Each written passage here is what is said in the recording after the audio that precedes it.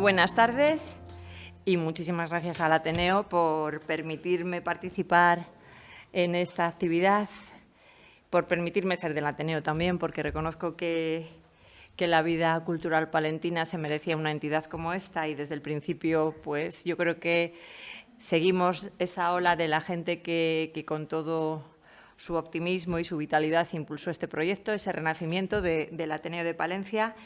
Y bueno, pues muchísimas gracias además por permitirme presentar a un amigo, porque, claro, esto es el problema de presentar a un amigo, que muchas veces no sabes qué decir, o si lo que dices es demasiado personal y a lo mejor metes la pata y luego me riñe, o claro, si te quedas corta, pues también no puede ser. Bueno, el caso es que yo a Luis, que le quiero mucho, le pedí que me diera un currículum para ceñirme un poco a lo que él quería que yo dijera, pero la verdad es que viendo el currículum que me pasó, pues no le hace justicia, porque la humildad es buena, pero tampoco es tan buena. Entonces, yo del currículum que él me ha pasado os voy a ir contando cosas, pero también voy a añadir las cosas que yo sé. Y lo que a mí me parece que para eso estamos entre amigos también y sobre todo gente que si no le conoce, pues le querrá conocer de verdad. Luis nació en Palencia en el año 1972, es alcalde de Paredes de Nava desde el año 2015, es vicepresidente de la Diputación Provincial de Palencia desde el año 2015 también, diputado del Área de Promoción Económica, Empleo y Desarrollo Agrario y presidente de la Asociación Nacional Siembra de Municipios con Retos Demográficos. Esto os lo explico un poco porque la verdad es que si no sabes muy bien lo que es siembra te quedas así un poco desconcertado. Y es un proyecto muy bonito de cara a frenar. Todos nos quejamos de que nuestros municipios se están quedando sin habitantes, nuestros municipios pequeños, grandes, pero también Palencia, capital. Y es verdad que la despoblación es un problema que nos afecta a todos, pero es verdad que quien mejor puede frenar y luchar contra la despoblación, en este caso son los alcaldes que viven la realidad de esos municipios y que tienen ganas de combatir esa plaga, porque es una plaga, porque realmente aman la vida rural, aman la vida en su pueblo y son los mejores defensores. Y esta asociación pues tiene ese carácter especial de que quienes protagonizan y quienes tiran de esos recursos son los alcaldes. Y Luis, como hemos dicho, es el presidente de esa asociación, que es de todo el territorio nacional, porque la despoblación, tampoco nos engañemos, nos afecta a todos. Es ingeniero de caminos, canales y puertos por la Universidad de Cantabria, especialidad en urbanismo y ordenación del territorio. Y como ingeniero ha trabajado en la empresa privada hasta que aprobó las oposiciones en 1999, ingresando en el Cuerpo Facultativo Superior de Ingenieros de Caminos, Canales y Puertos de la Administración de la Comunidad de Castilla y León. Pues esto es de las cosas que su currículum no hace honor, porque bueno, la oposición la sacaste con muy buen número, ¿o no? Sí, sí. Pues entonces, ¿salió bien el examen? Pues. Salió, bueno, pues yo creo que eso también hay que decirlo, porque que fue el número 1, el número 2, número 1. Sí, y pudo venir a Palencia. Y pudo venir a Palencia. Es que esos matices que no me ponen en el currículum yo creo que hay que explicarlos bien. En la Junta ha desempeñado cargos en la Delegación Territorial de Palencia, en la Dirección General de Carreteras y en los Servicios Territoriales de Fomento y de Cultura. Pues otro currículum pues que tampoco está bien explicado, porque ha sido el jefe de Servicio de Cultura y el jefe de Servicio de Fomento. Estas cosas está bien aclararlas porque, como digo, la excesiva humildad no es buena y aquí o tienes una presentadora que es amiga o la gente se va con otra sensación. Se empieza a coger unos sofocos que, bueno, sí. Pues nada, tú tranquilo. Ha colaborado ocasionalmente en medios de comunicación local y regional, fundamentalmente a través de artículos periodísticos sobre temas de índole cultural, patrimonial e histórica. Algunos de estos reportajes han sido premiados con, por ejemplo, el Premio de Periodismo Mariano del Mazo del año 2011 y del año 2014, o el Premio de Periodismo Francisco de Cosío 2012, modalidad de radio, concedido por la Junta de Castilla y León.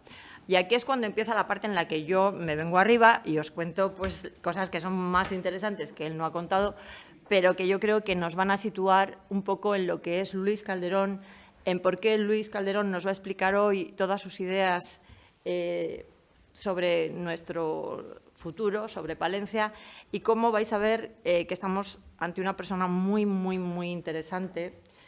Es una persona brillante, tiene también defectos, pero eso no lo voy a decir yo porque quiero seguir siendo amiga suya cuando salgamos.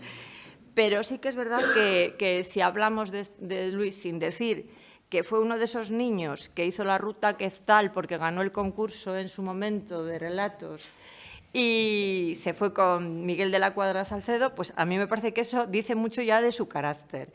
Si decimos que entre sus películas favoritas está Qué bello es vivir o El hombre tranquilo, pues también creo que nos dice mucho de su carácter. Que le gustan las películas del oeste, que es una persona tremendamente culta, muy inquieta también, y que esos premios que ha ganado nos hablan de lo mucho y bien que conoce nuestra cultura, nuestra tradición, nuestra ciudad y nuestra provincia, porque yo les recomiendo que lean un artículo premiado que se llama Los secretos del juicio final, que habla de la pintura de Germán Calvo, que está en el cementerio de Palencia, que muchos desconocíamos toda esa historia y la descubrimos gracias a él y a Jorge Liébana, que fue el coautor. Pues todas estas cosas hay que decirlas porque si no, no sabemos muy bien por qué Luis está hoy aquí, o para que no sea una persona más de las que puede hablar de Palencia, pero yo creo que Luis tiene mucho que decir porque también tiene una pizca de locura y en esto yo hablo ya desde una vertiente más política, que hace buscar un futuro para Palencia diferente, un futuro que a lo mejor a otros no se les ocurriría o de otros no se atreverían a llegar, pero Luis sí que tiene esa pizca de locura que viene muy bien pues cuando seas ambicioso y tienes planes de futuro para tu ciudad y para tu provincia y para tu pueblo. Otro de los premios, y ya con esto voy a acabar porque si no me va a matar, pues es un programa de radio que en su momento tuvo muchísimo éxito, como eran Las andanzas del inspector Antolín, que se hizo en la cadena SER. Alguno de los que estáis aquí, yo no sé si habrá participado, yo no tuve esa fortuna, a mí no me usó para sus cameos y eso es algo que no le perdono, pero pues también nos habla un poco de la imaginación, con gente de la SER, si no recuerdo mal, Beatriz Álvarez y Carmen Centeno, Cuesta, perdón.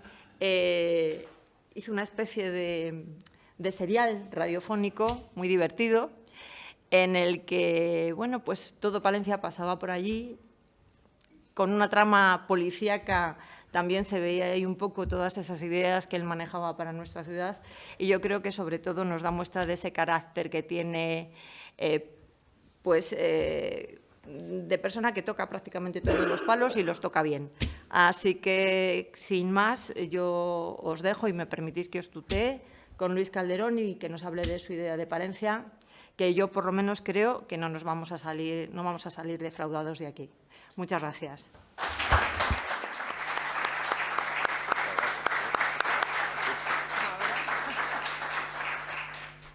Eso, a ver cómo no decepciono yo ahora. Vale. Bueno, muchísimas gracias por la invitación, por la reciente admisión en el Ateneo, a su junta directiva, personalmente a su presidenta y a Fernando Aduriz, sobre todo por vuestra amabilidad, y un saludo a todos los amigos que se han acercado hoy aquí. Y muchas gracias a Carmen por la presentación, por sus palabras, pero sobre todo por su manera de entender la política, siempre ligada a su Palencia, por su sensibilidad en el ámbito cultural, que ha permitido muchos proyectos e ideas para Palencia de forma única.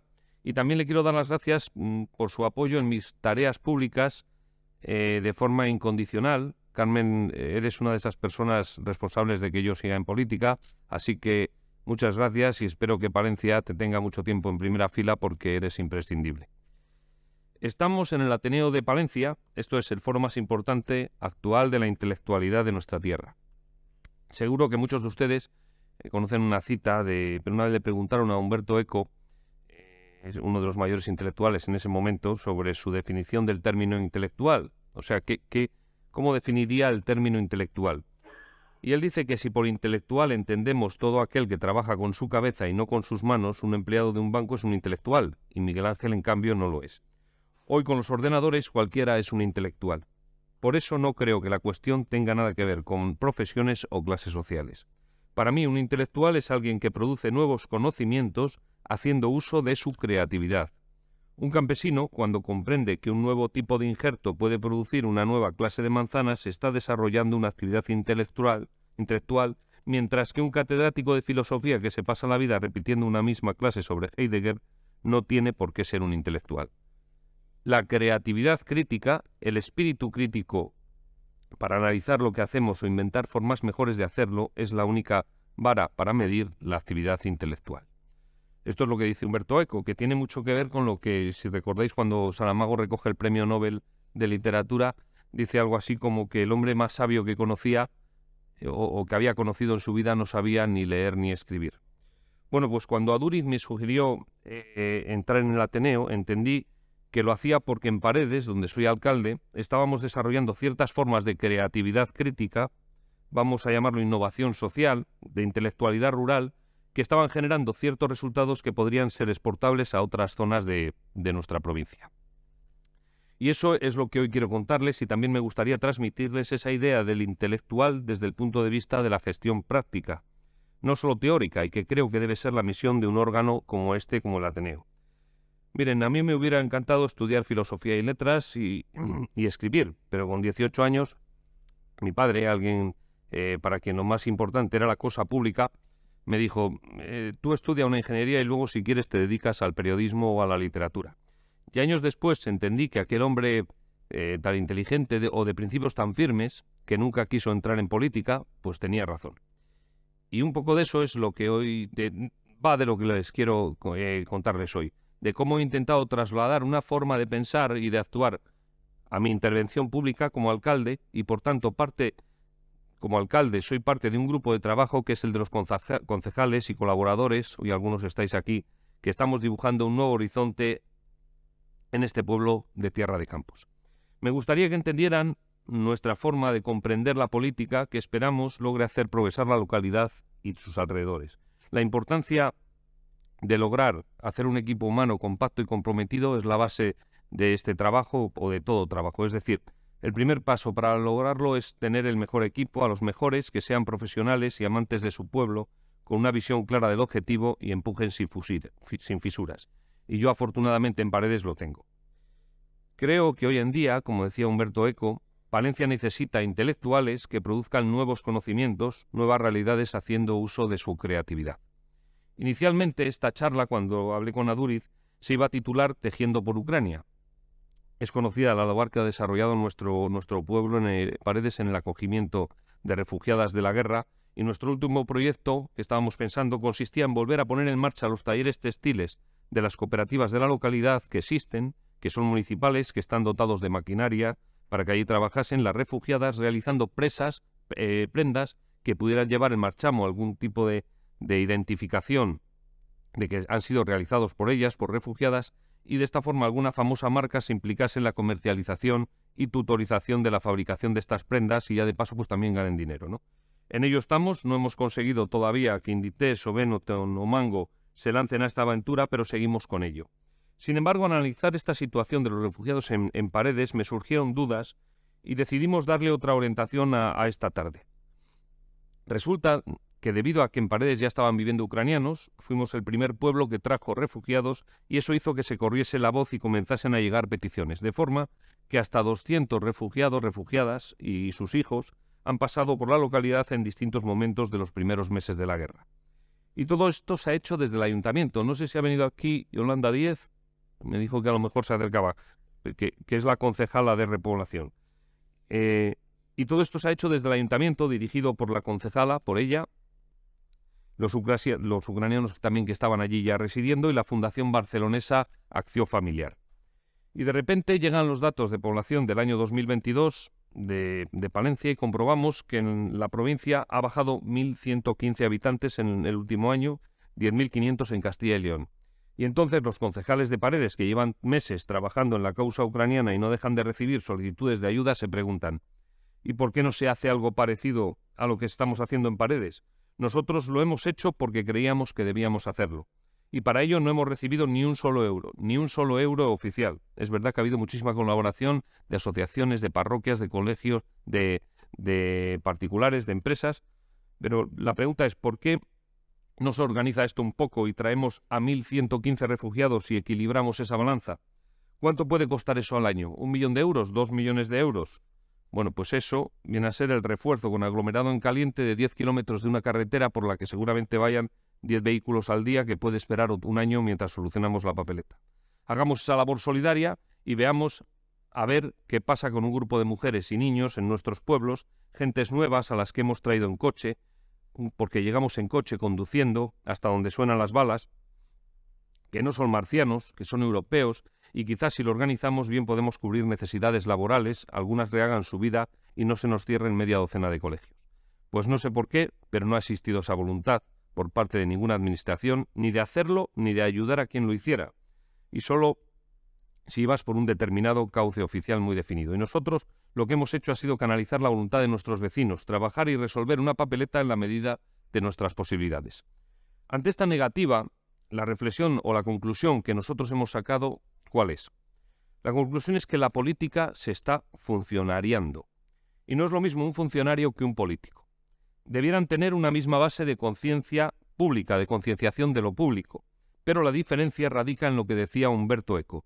Al político debe exigírsele esa creatividad crítica capaz de generar una mejora en la sociedad, de hacer las cosas mejor y responder ante una nueva situación. El político es el intelectual de lo público, porque el riesgo de trabajar en política por inercia es que se cae en el círculo del clientelismo por un lado y por otro desaparecen las ideas innovadoras.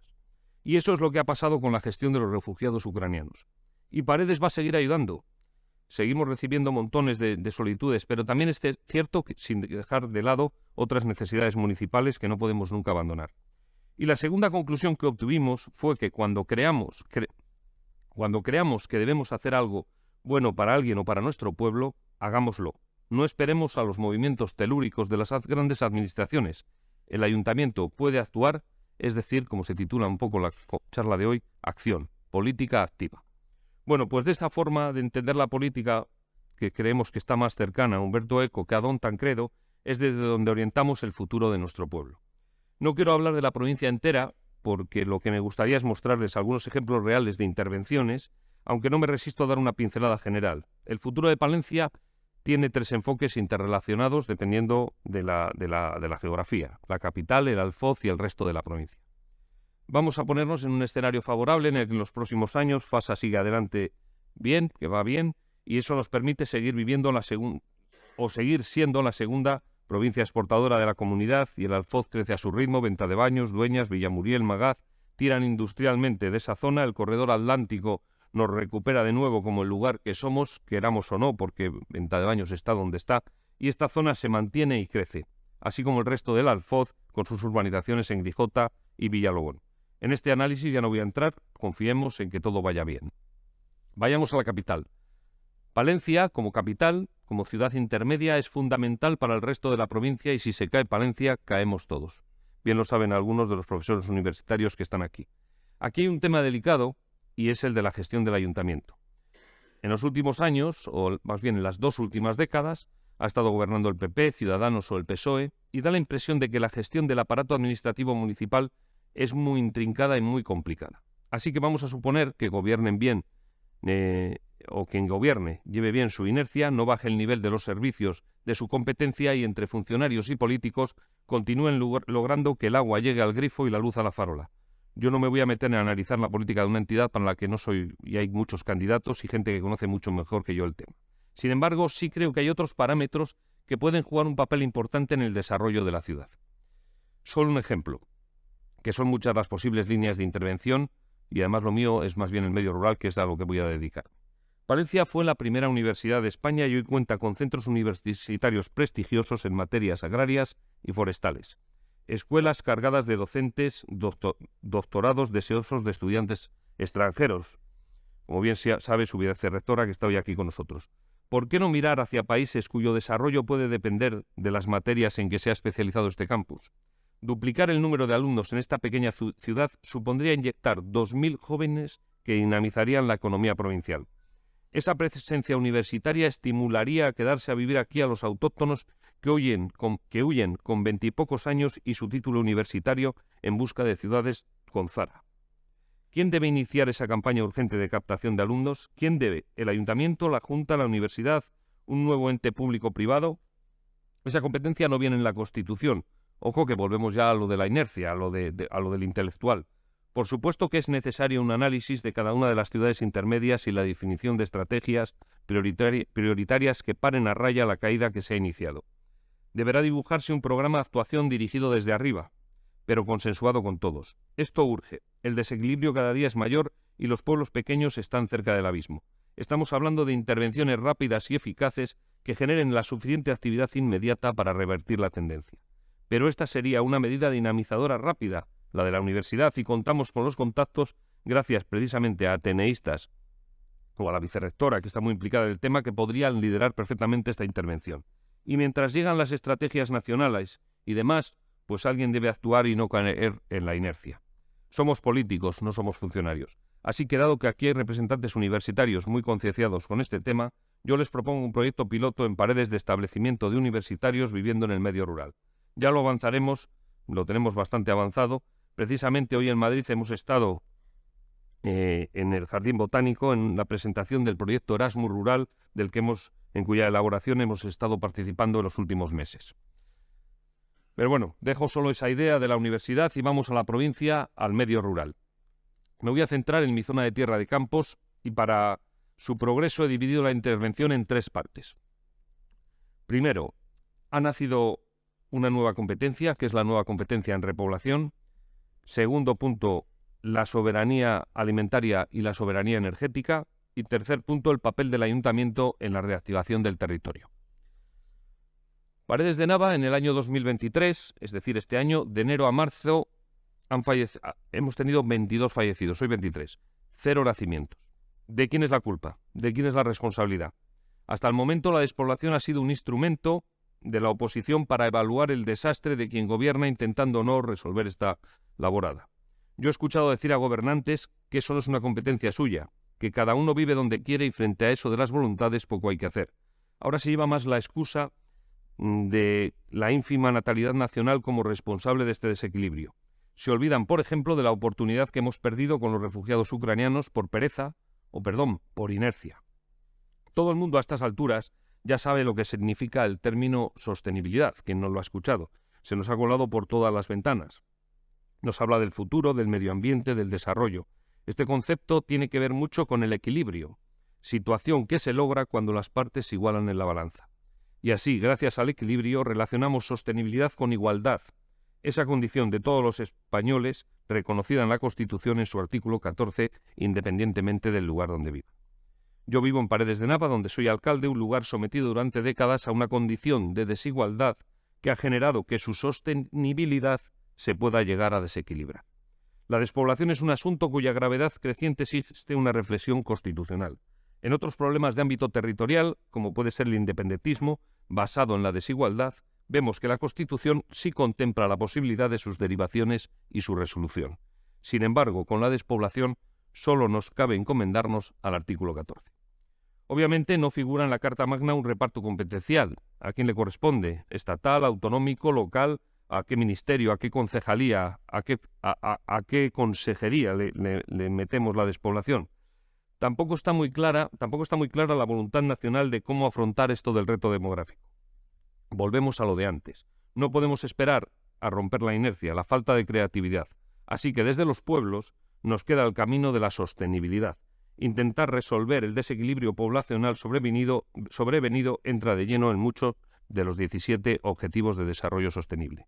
Y los alcaldes empezamos a convertirnos en seres creativos a la espera de quien se dé cuenta de las competencias y de la Constitución.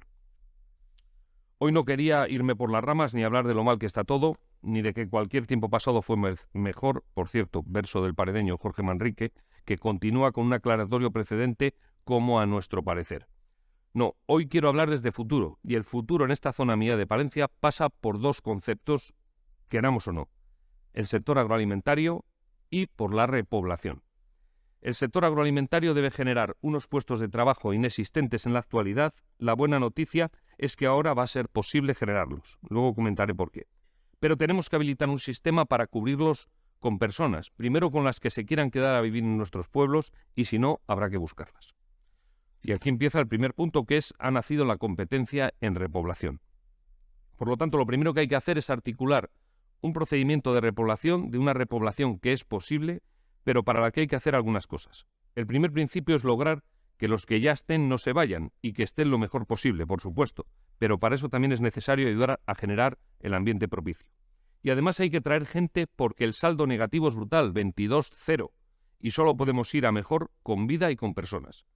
Voy a centrarme en una iniciativa que lleva 2 años funcionando en Palencia y que está dando resultados. Por un lado están trabajando algunos ayuntamientos, Paredes entre ellos, y por otro lado la Diputación de Palencia actualmente dispone de un servicio de repoblación en municipios más pequeños, que ha contratado a una empresa llamada Proyecto Arraigo mediante un contrato de servicios poblacionales. ¿Qué hace básicamente esta empresa? Llega a un pueblo, detecta las necesidades laborales, busca vivienda y contacta con gente de ciudades que quieren venirse a vivir a los pueblos.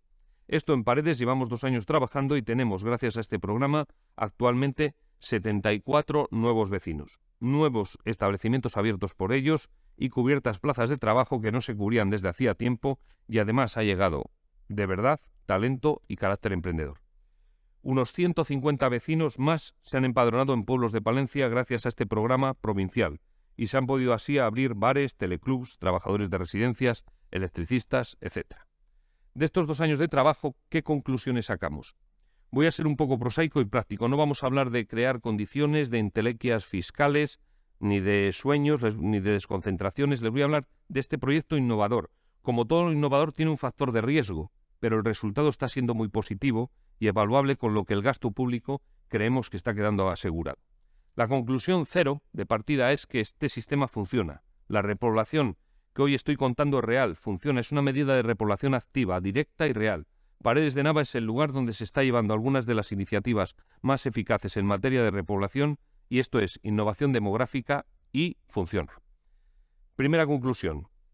El ayuntamiento ha de implicarse, es el elemento activo principal, y en ciertos casos la figura del alcalde o concejal es prioritaria para allanar el camino. Los alcaldes son los auténticos agentes de desarrollo local y son los que impulsan y dan la cara amable de la localidad. Son los guardianes del territorio. Segunda conclusión. Existen necesidades laborales que no se están cubriendo en nuestros pueblos. Existe trabajo y oportunidades reales y no encontramos gente para cubrirlas. Aquí hay que hacer una doble separación. Hay un perfil de gente que puede venir porque son emprendedores o saben que no van a tener problemas para trabajar, como pueden ser, por ejemplo, los del sector de la hostelería o los del apoyo a la gente mayor. Estas personas sí forman parte de la bolsa de ciudadanos que dispone Arraigo para venir a los pueblos. Sin embargo, hay otro grupo de necesidades laborales que no se encuentran en esta bolsa. Me estoy refiriendo, por ejemplo, a trabajadores para explotaciones agrarias o ganaderas, para la construcción, que requieren un determinado perfil. Creo que estos oficios habría que hacer un trabajo extraordinario a nivel ministerial para llegar a convenios con determinados países para captar trabajadores de este tipo. En la zona, por ejemplo, tenemos este problema con los mataderos, los matarifes, los operarios de este tipo de industria, o en los trabajadores en las explotaciones ovinas. Y mientras esperamos a que el Ministerio nos organiza el tema o no, como pasó con los ucranianos, nos hemos puesto a funcionar y hoy venimos de Madrid de presentar un proyecto para poder traer a pastores saharauis, por ejemplo, para ganaderías de ovino de Palencia. Pero es que ya se está trabajando directamente con empresas palentinas para abastecerles de sus perfiles profesionales no encontrados aquí en España o en la zona de Palencia. Tercera conclusión. La vivienda. Tenemos un problema para alquilar viviendas en nuestros pueblos. Aquí deberían acometerse 2 líneas de trabajo, la del alquiler seguro y la de la rehabilitación para alquiler. La primera ya la estamos aplicando en el contrato de servicios poblacionales, la del alquiler seguro, y muchas veces hasta avala el propio ayuntamiento esa seguridad en el alquiler. Y en esto ha trabajado mucho, precisamente, está aquí Pilar Díez, también el Colegio de Arquitectos de León y Palencia, buscando ha hecho todo un estudio sobre una línea de área de rehabilitación integral para el alquiler, que sería una buena forma de trabajo, algo que habría que intentar a través de fondos europeos, donde se podría conseguir mejoras de eficiencia energética y accesibilidad con una buena línea de apoyo, si es para alquiler. Hoy en día que tanto se está hablando de la nueva ley de vivienda, nadie dice ni cuenta nada de la desaparecida política de vivienda desde la crisis del año 2007. Yo entonces era jefe de servicio de fomento. Ni viviendas protegidas, ayudas mínimas, y esto lo estamos pagando también en el medio rural. Bueno, me consta que Carmen está con el tema de la vivienda rural en el Senado y también desde la Cámara de la Propiedad Urbana. Porque ha ocurrido un efecto colateral. También hemos observado que en Paredes, que los alquileres podían estar en una media de 150 a 200 euros, al poner en funcionamiento todo este lío y salir más viviendas, ahora ya estamos en 400 euros de alquiler, lo cual también hace que se pongan otras viviendas que eran más reticentes, se estén empezando a poner. Ahora mismo, por otro lado, vamos a construir 15 viviendas de protección oficial en marcha en Paredes para tener disponibilidad y no perder oportunidades, que esperemos que ya alguna de ellas las vamos a tener en próximos meses y las otras en menos de un año tienen que estar en marcha. Cuarta conclusión. ¿Por qué hasta ahora no habían salido bien los intentos de repoblación o por qué estaba resultando todo tan difícil? Porque nos parece que era un error o que el error radicaba en no profesionalizar esos programas de atracción. Los ayuntamientos pueden crear una bolsa de vivienda y una detección de necesidades laborales en su municipio, hasta ahí bien, incluso una página web muy atractiva, pero no pueden ir a Madrid o a Venezuela o a Colombia o a Cuba a buscar habitantes para cubrirlas. Esa selección ha de hacerse por esas empresas tipo arraigo y eso cuesta dinero. Es un nuevo servicio que hay que crear y pagar, ya que se va a hacer y que va a ser nuevo, ha de partir de un principio de colaboración público-privada. La constitución de estas oficinas de repoblación no puede ser de 8 a 3 porque habrá que atender a nuevos pobladores en domingo, acompañarles en sus necesidades a cualquier hora, cuando lleguen por la tarde, o hacer que vean el pueblo tan atractivo como para quedarse a vivir. Se necesita una implicación extra y si no, no funciona. La parte más difícil de estos proyectos es encontrar al repoblador ideal para ese pueblo y ese trabajo existente. Esto obliga a que la iniciativa privada desarrolle esa labor de selección con técnicos en las ciudades y en los pueblos. Y aquí no debemos olvidar la oportunidad que nos puede dar la inmigración extranjera en un país con uno de los mayores índices de envejecimiento del mundo. Por eso es tan importante facilitar la agilización de ciertos trámites administrativos, especialmente con extranjeros adscritos a este programa de repoblación. Todo esto hay que organizarlo muy bien y ahora lo están haciendo algunos pueblos como pueden y con sus recursos muy tasados. Otra idea puede ser gestionar oficinas de repoblación por nacionalidades, argentinos, mexicanos, con determinados casi con contactos personales, algo que ya estamos trabajando en ello, y comenzar también a trabajar con empresas tipo emigración segura. Y, por otro lado, hay que trabajar con sectores profesionales, no solamente con nacionalidades, sino con sectores, con albañiles, con fontaneros, con ganaderos o con médicos. ¿O por dónde creéis que han llegado los nuevos médicos que tenemos en Palencia? Hoy llega un médico precisamente al aeropuerto, le va a recoger Enrique de Arraigo, que va a Cervera de Pisuerga, procedente de Colombia, y ya son 8 los médicos en Palencia que han venido a través de este camino. También estamos trabajando en esta línea con el Colegio de Farmacéuticos, con José Luis, para intentar traer farmacéuticos que hacen falta a las farmacias rurales. Hace unos meses estuve en Madrid en un grupo de trabajo de despoblación y había gente de asociaciones e instituciones que viven en grandes capitales y decían que para ellos el gran obstáculo para ir a vivir a un pueblo o una ciudad pequeña era la oferta educativa que podían tener sus hijos. Yo esto lo entendí como una visión un poco elitista, aquí no hay un liceo francés, que a lo mejor era lo que demandaban y tal, ¿no? Pero me hizo reflexionar sobre el tema de la educación rural. Ahora mismo un colegio rural en Palencia es un centro de primer orden para muchos nuevos pobladores de países iberoamericanos que tienen un nivel de inseguridad elevadísimo y donde los colegios han dado un enorme bajón. Y eso es lo que más valoran muchos de los que están llegando de fuera, la calidad educativa en nuestros pueblos. Eso hace que lleguen extranjeros de cierto nivel cultural y económico a Paredes, que estén llegando un talento emprendedor que creo puede ser muy positivo. La valoración de nuestra escuela rural. Quinta conclusión. La Oficina Comarcal de Repoblación. Los ayuntamientos no disponen de fondos para cubrir esta nueva necesidad que ha surgido porque no están en el reparto competencial. Volvemos a lo de la Constitución. Ha nacido una nueva competencia, la repoblación. Y creo que quien debe asumirla son los ayuntamientos que quieran asumirla. Habrá ayuntamientos que no quieren repoblar porque su consistorio, sus vecinos así lo cree, de acuerdo, que no lo haga. Habrá otros ayuntamientos que sí quieren repoblar, pero son pequeños y no disponen de medios ni fuerza suficiente para hacerlo. Muy bien, pues que se alíen con otro municipio mayor que sí que quiera. Y aquí estamos creando ordenación territorial. Esos municipios cabecera de zona que quieran repoblar han de asumir esa competencia repobladora. Pero claro, tampoco a palo seco. Paredes de Nava está dispuesto y está ya liderando una oficina de repoblación en la tierra de Campos Palentina y hemos encontrado la ayuda del Ministerio, del Miteco, para formarla y ya se han adscrito 14 pueblos de tierra de Campos, que algunos de los alcaldes estáis hoy aquí.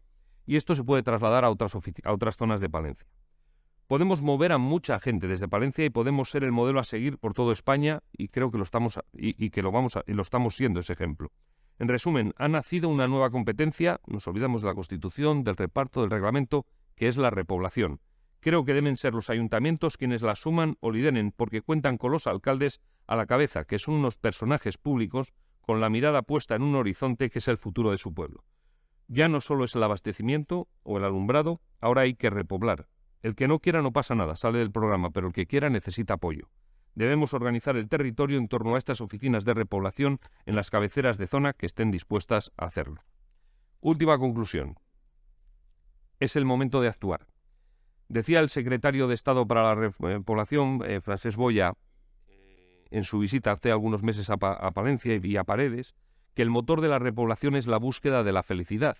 Y cada vez hay más gente que se da cuenta de que esa felicidad está en nuestros pueblos. Y sacamos, aparte de estas conclusiones que hemos dicho, seguimos sacando conclusiones a diario. Estamos en un proceso de innovación social, trabajando distintas posibilidades. Es un camino que no existía, todo esto que os cuento no existía, y que lo estamos escribiendo a medida que avanzamos. Pues bien, hemos montado la oficina de repoblación y estamos rellenando esos huecos, reponiendo en negocios, en determinadas oportunidades laborales, sujetando los palos del sombrajo en un equilibrio inestable demográfico, pero necesitamos algo más, algo que genere nueva riqueza y pueda atraer a mucha gente. Y aquí entra el segundo punto de la charla, que es la soberanía energética y la soberanía agroalimentaria. Yo creo que esto, lo que digo, generar eso es posible hoy en día en Palencia. Llevo 7 años de alcalde, tengo 50 y es la primera vez que comienzo a ver una oportunidad real. No digo en todos los lugares, pero en algunos sitios como Paredes de Nava sí.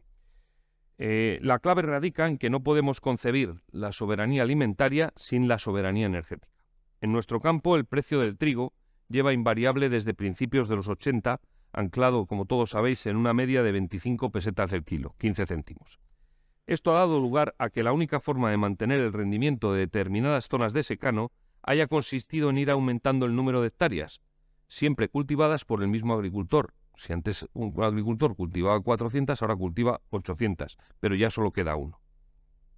De modo que se va produciendo esa reducción progresiva de agricultores. La llegada de las energías renovables a este tipo de producción agrícola, en ocasiones, es verdad, al principio genera cierta acritud o resistencia por parte del gremio, dado que se sacan tierras de su control, pudiendo generarse un aumento de las rentas a pagar en el resto de las fincas.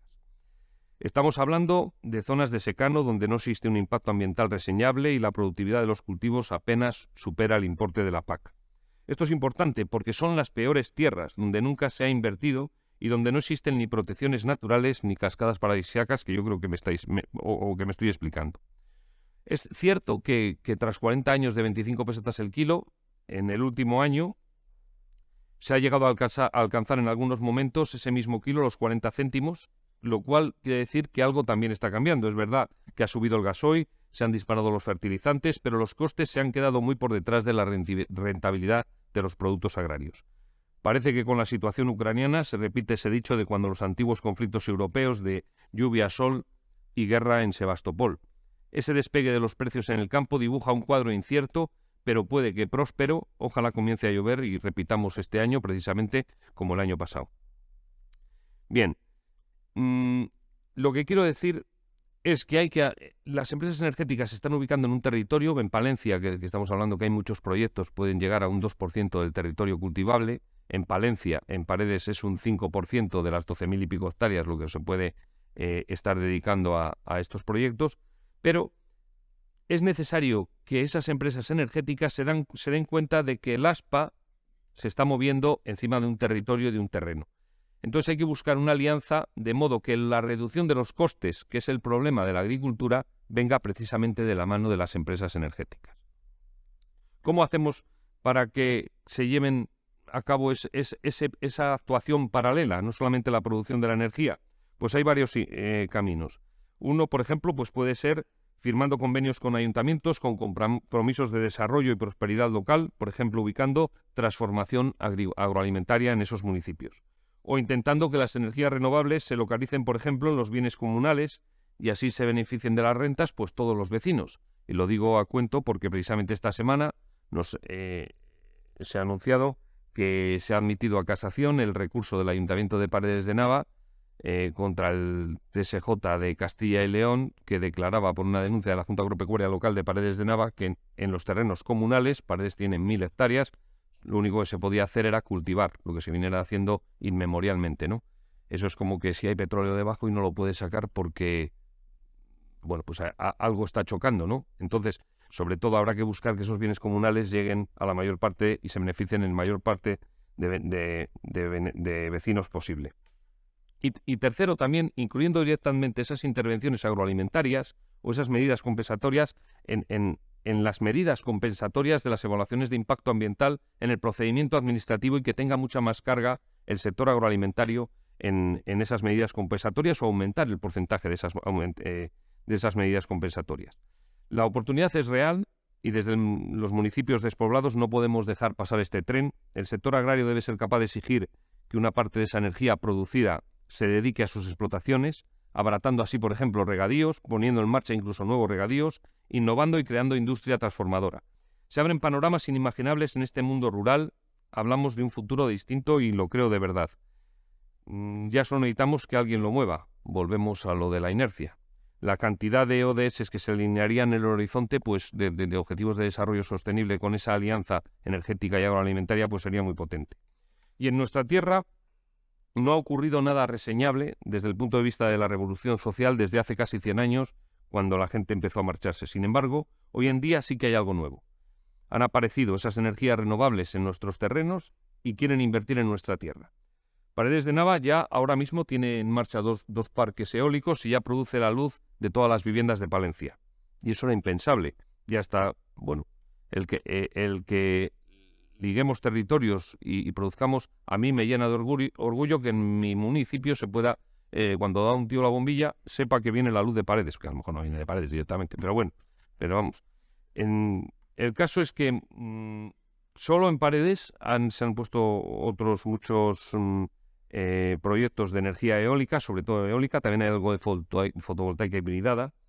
Si se llevasen a cabo en estos años los proyectos que están sobre la mesa, el ayuntamiento recaudaría del orden de 2 millones de euros al año, además de las rentas que cobrarían los particulares y el empleo generado en la construcción y en la explotación. Y esto, como he dicho antes, supondría quitar como mucho el 5% de la superficie cultivable de la localidad y en las peores tierras de secano. El presupuesto municipal nuestro es de 3 millones actualmente. Estamos construyendo el Centro de Artes Escénicas, por ejemplo, que es la mayor obra que se está realizando ahora en Palencia, salvo proyectos energéticos y el AVE. Es un proyecto que es la restauración de la antigua iglesia de San Francisco, que entró dentro del programa del 1,5% cultural y tiene un presupuesto de 2,5 millones de euros. Bueno, pues el Ministerio nos dio la mitad, nos lo seleccionó y nos dio la mitad, 1,25 millones de euros, y había que conseguir la otra mitad. La Junta nos puso 400.000, la Diputación nos puso 400.000 y el Ayuntamiento de Paredes de Nava puso directamente la licencia de obra de uno de estos 2 parques eólicos para poder construir este Centro de Artes Escénicas, que si tenéis ocasión este sábado hay visitas guiadas, que las dirige la directora de obra Pilar Díez. Bueno, pues eso es lo que tenemos que intentar, que ese dinero que puede llegar pues genere un lugar que va a ser un referente para toda nuestra provincia en el ámbito cultural. Con un presupuesto de 5 millones, Paredes de Nava, no de 3 como tenemos ahora, y el equipo con el que contamos en el ayuntamiento de técnicos y concejales, yo no es por presumir, pero les garantizo que Paredes se convierte en el auténtico motor provincial. Bueno, no de un día a otro, pero vamos, que... Y les voy a contar una primicia, no puede salir de aquí, ya saben, pero es que digo, ¿lo puedo contar o no lo puedo contar? Bueno, luego mi tío que está aquí, José Luis, me riñe porque no se lo cuento a él antes, ¿no? Pero bueno... sí que he pedido permiso para anunciarlo, para decirlo hoy. Hay un grupo inversor energético un grupo que se llama Ibereólica, que es uno de los grandes grupos eólicos en España, bueno, y también en el extranjero, en Chile y en otros sitios, Y bueno, pues está diseñando una serie de proyectos en la zona de Paredes que va desde Calzada de los Molinos a Perales, un proyecto de eólicos. Y independientemente de ese proyecto de renovables, nos ha dicho que en 15 días va a presentar en Paredes un proyecto de transformación agroalimentaria en Paredes que va a ser una planta extractora de aceite de girasol y colza. Y esto solo ha ocurrido, o solo ha podido ocurrir, porque alguien ha puesto la mirada en el territorio por las renovables. Si no, para Ibereólica, Paredes de Nava no existe. Pero si hay viento que aprovechar, resulta que pueden surgir otras oportunidades. ¿Sabéis lo que puede suponer para Palencia esta planta de 500 toneladas al día de semilla de girasol, no solo en empleo, sino como cultivo alternativo en toda una zona, como pasó en su día con la transformación, cuando todos recordéis, cuando desaparecen las azucareras y hay que buscar un cultivo alternativo y entonces surge la alfalfa y los forrajes, y alrededor de Paredes, por ejemplo, hay 5 plantas deshidratadoras de alfalfa y forrajes que han posibilitado el mantenimiento del regadío de toda la zona, ¿no? Pero con este nuevo incremento, no sé las hectáreas que pueden suponer 500 toneladas al día de semilla de girasol, algunos lo podéis calcular, pero desde luego que podemos crear una propia marca de aceite palentino, que es un proyecto muy ambicioso, que el presidente de Ibereólica está personalmente implicado. También algún amigo que está por aquí sentado pues nos ha echado muchas manos en esto y se lo quiero agradecer. Y además de eso también conseguiríamos poner en marcha el transporte de mercancías en la localidad. Se dispone de unas buenas instalaciones para el transporte de mercancías fuera de uso, solamente entra, además también está aquí Jesús Revilla, solamente está entrando un tren ahora a descargar a la semana y podríamos traer pipa en las épocas que no se produjese en la época a través de los puertos y también sacar el aceite. Incluso nos han comentado que si se pone en marcha toda esa instalación ferroviaria, ese centro de carga y descarga, también los containers de alfalfa deshidratada podrían cargar allí. Eso podría suponer un abaratamiento del coste de transporte de 8 a 10 euros por tonelada, lo que supone poner en el mapa otra vez a Palencia en la producción de forrajes y alfalfa a nivel mundial, porque eso es un transporte que va por el puerto de Valencia y saldría desde Paredes. Y bueno, en cambio las toneladas de girasol, eso lo sabe mejor Jesús, entrarían por los puertos de Coruña y de Gijón. Entonces, bueno, todo eso ahora mismo está en la mesa de Palencia y yo creo que tenemos que aprovecharlo. Tenemos una auténtica oportunidad, es verdad, y yo por eso me presento. Créanme que estoy convencido de que vamos a salir adelante en Paredes y toda la zona de alrededor. Se lo digo a los alcaldes que estáis por aquí. Y tenemos una oportunidad que hacía siglos que no pasaba. La clave es la unión del sector energético y el agroalimentario. Y luego, vuelvo al principio de la charla, también es necesario el concebir un pensamiento estratégico relacionado con estos dos sectores, pero voy a poner un simple ejemplo que hemos puesto hoy precisamente en Madrid, y es el tema de la oveja. Muchos, yo creo que los que me conocéis, este tema, estamos muy implicados en ello. La oveja ha sido en España parte de todo, ha definido el paisaje, ha definido la economía. España es quien es por la oveja, por Flandes, por el comercio con Inglaterra, por muchas cosas, ¿no? Y resulta que ahora en España ha ido bajando las cabezas de ovino y quedan unas 16 millones de ovejas en España. Cada oveja produce 2 kilos de lana. Eso quiere decir que hay 30 millones de kilos de lana en España que tratar. Bueno, pues para lavar esos 30 millones de kilos, solo quedan 3 lavaderos en España. Queda uno en un lugar de La Mancha,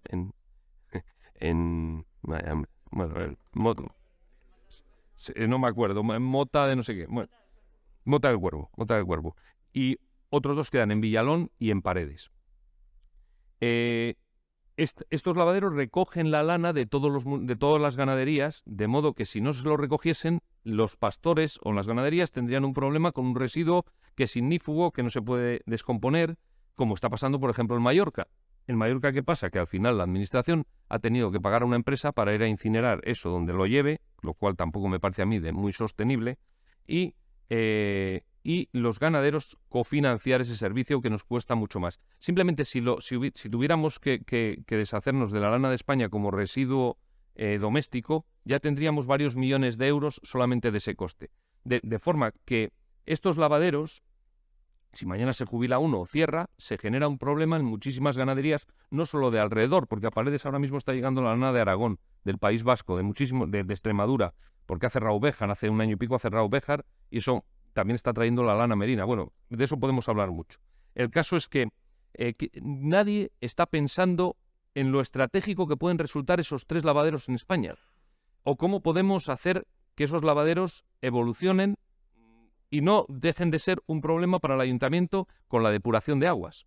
Aquí abrimos dos melones. Primero, la depuración de aguas. Vamos a hacer un proyecto de innovación para ver si podemos extraer la lanolina, que es uno de los... O sea, es un agua horrorosa el que sale del lavadero. Imaginaros el barro, lo que trae la lana, ¿no? Pues trae barro, trae excrementos, trae paja, trae de todo, pero tiene una grasa, o bueno, un producto que se llama la lanolina, que es apreciadísimo en el tema de la industria farmacéutica y cosmética. Bueno, pues vamos a trabajar por ahí con el lavadero para intentar extraer la lanolina y ya estamos con la Universidad de Alcalá trabajando en eso. Y por otro lado tenemos, que me comentaban los del lavadero y todo el sector, que ahora mismo en España ya la lana se puede lavar o no, se exporta, pero ya no se peina, no se peina en ningún sitio de España, se manda a Bulgaria o Uruguay. Pues habrá que intentar poner un peinado de la lana. Luego va el hilado y luego ya viene el traje o el que te hace el traje, ¿no? Porque hemos estado precisamente esta semana a través de otro ateneísta que creo que está por aquí, con una empresa de Zamora, de Zamora, que hace los abrigos para los niños, que los habréis visto en la televisión, a los niños de la Casa Real y todo, unos abrigos muy bonitos. Británica, sí. Y bueno, pues nos dice, estoy trayendo el hilo de Austria directamente. Ya he visto en el lavadero de lanas la misma lana merina ya lavada, pero sin transformar, que irá a Austria, dará 20 vueltas y le meterán pues los 40 o 50 euros de pase que vengan por tal. Todo eso no se está pensando desde ningún sitio. O sea, es necesario realizar, igual que esto pasa en Paredes, pasará en muchos otros sitios con otros sectores. Ese pensamiento estratégico es parte de esa intelectualidad de la que hablábamos al principio y que yo veo que es muy necesaria. Bueno, que me lío. El tercer punto, el papel del ayuntamiento. ¿Voy bien? Sí, vale. Y ya para ir terminando, el papel del ayuntamiento en la reactivación del territorio. Aquí tengo que agradecer a Amalia, la vicerrectora, que me recomendó un libro en la pandemia que era es Marina Mazzucato, una italiana, una economista que se llama El Estado Emprendedor, y que viene a decir que hay un camino intermedio entre el capitalismo agresivo que solo vigila que todo se dirija y el comunismo, ¿no? Y en ese camino intermedio es en el que creo que debemos de trabajar las administraciones actualmente en aquellos lugares donde no hay emprendimiento. Esto es la misma filosofía de paradores nacionales. Cuando surgen los paradores nacionales, surgen porque el turismo se está desarrollando en las zonas de costa, en las zonas atractivas por la playa, pero hay lugares donde existe un patrimonio cultural, arquitectónico, que puede tener mucho potencial como hotel, y de esa forma el Estado es quien empieza, pero allí no va la iniciativa privada, es quien genera ese primer emprendimiento, ¿no? Bueno, pues eso es lo que creo que ahora mismo los ayuntamientos deben de actuar. No esperar tanto a la actuación de otras administraciones, sino dar pasos adelante y sobre todo con su patrimonio. Intentar que su patrimonio se ponga en marcha y genere empleo y riqueza. ¿Qué es lo que hemos hecho nosotros? Pues así hemos puesto con la Fundación Aspaín en marcha el área de fisioterapia en instalaciones municipales, de fisioterapia enfocado sobre todo a la gente mayor. El centro de día, con una gestión pública, también es del ayuntamiento, y en ciertos momentos pues habrá que impulsarlo y habrá que ayudarlo, pero lo que interesa es que desde el momento que tal ahora ha empezado hace 3 meses y ya tiene 16 usuarios que son completamente, que necesitan ese servicio. O el GEO, el Gastroespacio Cultural del Ovino. Esto, nosotros en Paredes tenemos 2 mataderos, y estos mataderos mandan las canales en crudo a toda España. Bueno, pues ¿por qué no buscar un sistema en el que ya salgan precocinadas y además se puedan degustar en ese Gastroespacio Cultural del Ovino, que no deja de ser un centro de interpretación del lechazo degustado? Pues eso también se ha puesto en marcha y lo habréis visto, el lechazo premium que hay por Palencia y por varios sitios, ¿no? También puedo contar el ejemplo, si tengo tiempo, a Duriz, no sé cómo voy, el ejemplo de la gestación de los mataderos municipales. Ahora mismo nosotros logramos abrir un matadero que llevaba cerrado creo que 17 años a través de un matarife de aquí de Palencia que se llama Ángel Álvaro, ese matadero empezó a crecer. Por ejemplo, el tema de los mataderos en Palencia es un drama gordo, porque ahora mismo solo tenemos el matadero de Osorno, los 2 mataderos de Paredes y el matadero de la capital. Y Guardo, que está empezando otra vez a... Pero es una industria fundamental de pasar del primario al secundario y genera muchísima actividad. Un matadero genera muchísima actividad. Bueno, pues ha conseguido poner el matadero municipal en marcha después de sacarlo a gestión y ha hecho la inversión el adjudicatario. Ahora, bueno, ese adjudicatario se ha venido a Palencia y está matando, por ejemplo, solamente los cerdos allí, pero bueno, entra dentro del cómputo de mataderos. O cómo se gestó el matadero industrial, Mataderos Paredeños, que es un matadero que mata 200.000 corderos al año. ¿Y cómo se hizo? Bueno, pues esto es un ejemplo de Estado emprendedor. Un concejal que es del sector ve que en el pueblo hay necesidad de que la gente... Hay muchos entradores y carniceros que tienen que ir a matar a Palencia porque no tienen un matadero en Paredes. Entonces él pone la parcela, el ayuntamiento se encarga de poner la parcela del proyecto. Entonces teníamos unas ayudas europeas que podían llegar hasta la mitad de la inversión. Se preocupa con ese proyecto de que le den la mitad de la inversión, de entonces 200 millones de pesetas, 100 millones en ayudas, y los otros 100 millones, entre toda esa gente del sector, los tratantes, entradores, carniceros, vende participaciones de 3.000 euros. De modo que consigue los otros 100 millones de pesetas que necesitaba para hacer la obra. Y de esta forma, el 51% del accionariado del matadero es del ayuntamiento, pero se ha puesto en marcha. Y está dando servicio a todos los ganaderos y entradores de la zona. ¿Qué pasa? Pasan unos años y después de unos años el matadero va bien, los socios son gente del sector y se deciden vender el 51% de esas acciones. Entran al retracto los otros socios y el matadero ahora está funcionando, como digo, matando 200.000 lechazos con 20 y tantos trabajadores y todos los entradores y carniceros pues teniendo ese servicio alrededor. Eso es un poco lo que me decía Amalia, el emprendimiento activo de la administración. La administración, yo creo que ha llegado un momento en que en estos pueblos nuestros donde no hay un emprendimiento privado, pues tiene que pasar a la acción. O todo el tema de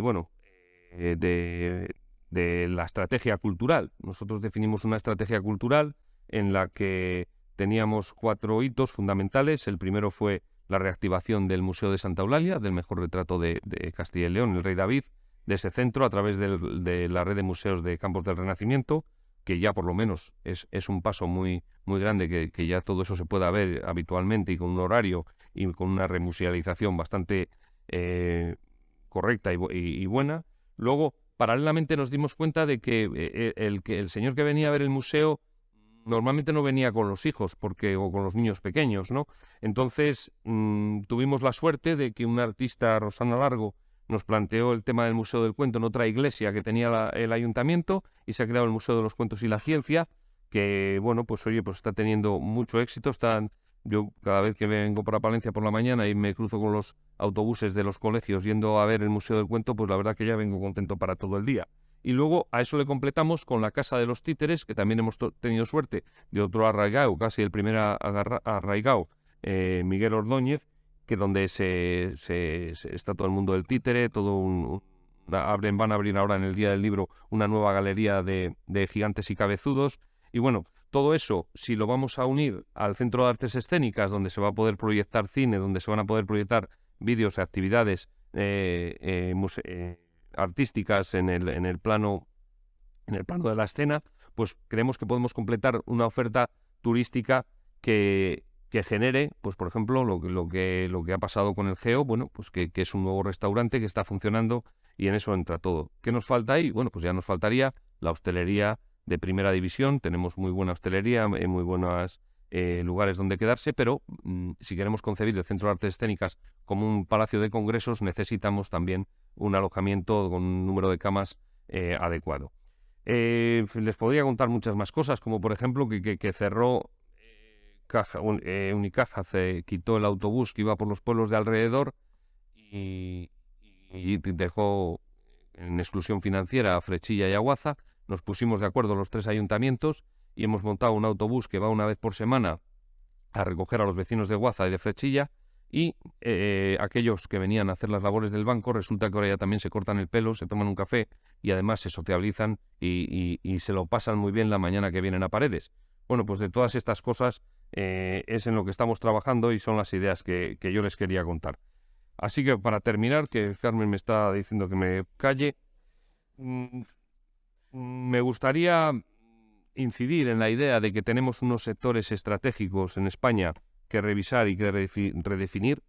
Sinceramente creo que es el momento de la inteligencia, del conocimiento y de la vocación de servicio público, y eso ahora se encuentra en la política municipal, porque ahí no te puedes despegar del ciudadano y todavía sigue presente el trabajo mirando hacia, como decía antes, hacia un horizonte. Son muchos los alcaldes los que lo son porque para ellos es un honor serlo y eso hace ver la política de otra manera distinta a la predominante hoy en día. Yo no concibo mayor honor para mí ni tengo otra ambición que no sea la de ser el alcalde de Paredes de Nava. Así que muchas gracias.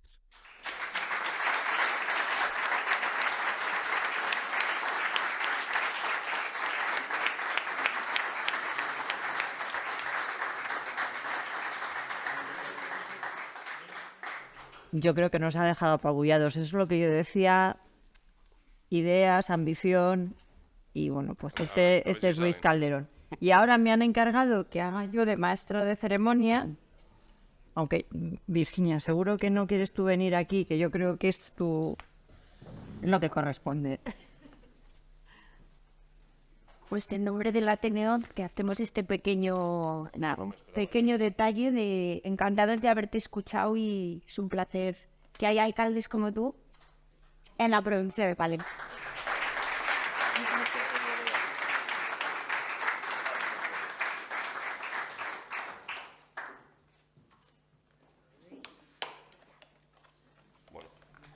Bueno, pues fíjate.